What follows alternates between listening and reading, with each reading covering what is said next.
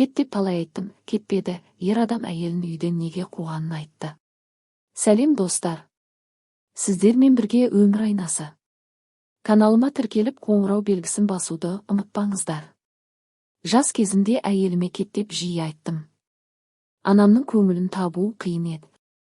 Өзім жұмыстан шаршап келсем, алдымнан қабағы кіртиіп қарсы алып, әйелімнің көңілінен шықпайтын жерлерін айтады. Мен ашуланып, әйеліме ұрсамын. Жұмысқа кетіп барамен келгенше көзіңді құрт. Кет үйден деп шығып кетемін. Кешке келсем, әйелім алдымнан жайраңдап күтіп алады.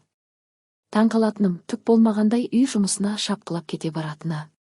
Не керек, әр кет деген сайын сан себепті көлденең тартып ақыры кетпеді. Шынымды айтсам, кетпегені өзіме де ұнайды. Тамағым пісірулі, төсегім салулы. Бала қараулы. Анам күтулі. Еркектің тапқанын тірнектеп құрау әйелге байланысты.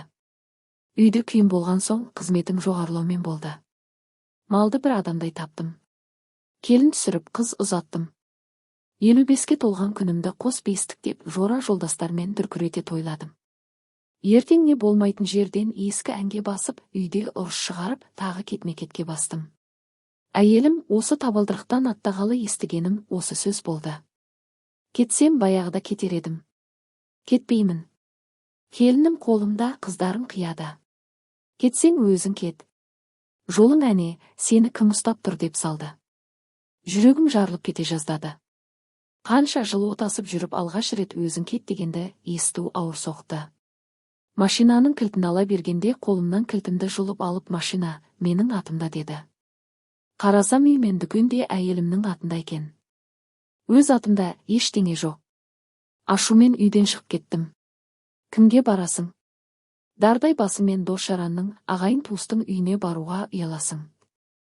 Ашумен қала кезіп жүрмін. Қашанғы кезесің, шаршадым.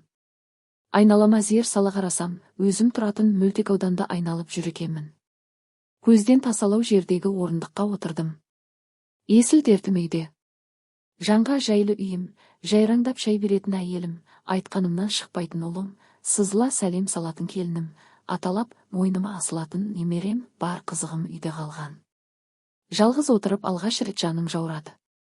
Әке-шешемнің дүниеден озғанына пәлен жыл болса да, тұңғыш рет өзімді жетім сезіндім. Әйелімнің қою шайын ішкім келіп, таңдайым құрғай бастады. Өзімді көктіреп жүргендей сезінетін көңілім әп-сәтте күйретте қалды. Лезде көше кезбесіне айналғандаймын. Телефоным шырылдады. Қарасам әйелім. Қолым дірілдей телефонды көтердім. Арғы жақтан әкесі, серуендеп болсаң, үйге қайтсаңшы. Қай жерде тұрсың, балаңды машинамен жіберейін бе деген жайдары даусын естігенде үнсіз жылап жібердім.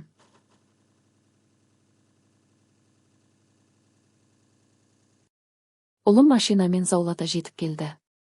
Үйге келе жатып әйелімнің өмірімдегі ең асыл қазынам екенін ойладым. Арпалысқан тіршілікте қасымда тіреу болған жарды дер кезінде қадірлеу ойыма кіріп шықпағанына өкіндім. Жас келген сайын еркек дәрменсіз жас балаға айналады екен. Өзіңше үстемді көрсеткің келіп қоқиланғанмен, әйеліңнен қолдау іздеп тұрады екенсің. Өмірдің бумеранг екеніне көзім жетті. Қаншама жылдан бері әйеліме ойланбастан айтып жүрген сөздің желі өзіме қарай қайыра соққанда, екпіні қаншалықты қатты екенін сезіндім. Кет деген сөзді менен мың сан рет естіген әйелден өмірімде бір-ақ рет өзің кет дегенді естіп, сол сәтте ақ күйредім. Содан кейін бұл сөзді өзімде айтпайтын болдым.